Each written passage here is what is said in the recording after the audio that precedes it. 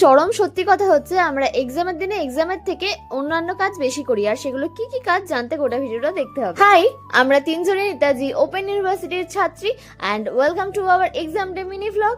তো গল্প করতে করতে বর্ধমান স্টেশন পৌঁছে একটুখানি হাঁটা পথেই ওতেই আমাদের খিদে পেয়ে যাওয়ায় আখের রস খেয়ে এত শিমুল ফুলগুলোকে জাস্ট একটু চেক আউট করে নিয়ে তারপরে বাসে উঠেছিলাম। আর বাসের এই সিটটা হচ্ছে এমন সিট যেখানে ওঠার পরে আনন্দ না, জাস্ট দুঃখ হয়, জাস্ট কান্না পায়।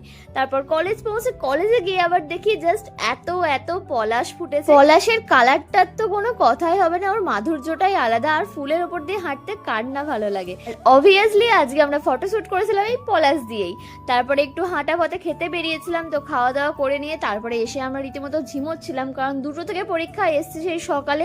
আমাদের মতো কার দুপুরে ঘুম পায় গাইস, বিশেষ করে ভাত খাওয়ার পর। ওফ। তারপরে এক্সাম শেষে মাঠ পুরো ফাঁকা। আর এই যে এটা হচ্ছে এত সুন্দর কলেজটা কিন্তু ভীষণই সুন্দর।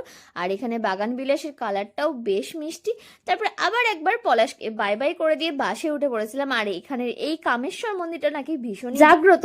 আসলে বাবা মহাকাল যেখানেই থাকেন তিনি জাগ্রত রূপেই থাকেন, কি তাই তো? আর বাস জার্নি তখনই সুন্দর যখন জানলার ধারে সিটটা পাওয়া যায়। তো তারপর স্টেশন পৌঁছে দেখি এই রকম ভিড় ছিল, জানি না এত ভিড় কেন ছিল। দেন নতুন জায়গায় ফুচকা এক্সপ্লোর করার পর বাজারের মধ্যে দিয়ে আমরা হাঁটতে হাঁটতে যাচ্ছিলাম। আর 2-3 বছর আগেকার সেই পুরোনো স্মৃতিগুলো মনে পড়ে যাচ্ছিল, কারণ এখান থেকে প্রচুর বাজার করতাম আমরা বর্ধমানে থাকাকালীন। স্টেশনে সেরকম ভাবে কিছুই না পাওয়ায় বাজারের সামনে গিয়েছিলাম, ওখানে একটা রেস্টুরেন্টে রুমালি রুটি আর চিকেন দো পেঁয়াজা ট্রাই করেছিলাম। দেখেই বুঝতে পারছো ঠিক কতটা টেস্টি ছিল।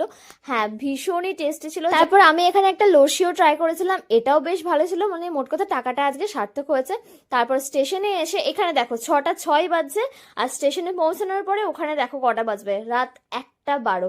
ঠিক আগের দিন এইটাই দেখাচ্ছিল, জানি না কেন। দেন ট্রেনে আমরা এই পেয়ারাগুলোকে নিয়ে একটু অ্যাস্থেটিক ভিডিও শুট করার চেষ্টা করছিলাম, কিন্তু আমরা বুঝতে পারি যে আমরা দেশি মানুষজন, আমাদের দ্বারা অ্যাস্থেটিক আর হবে না।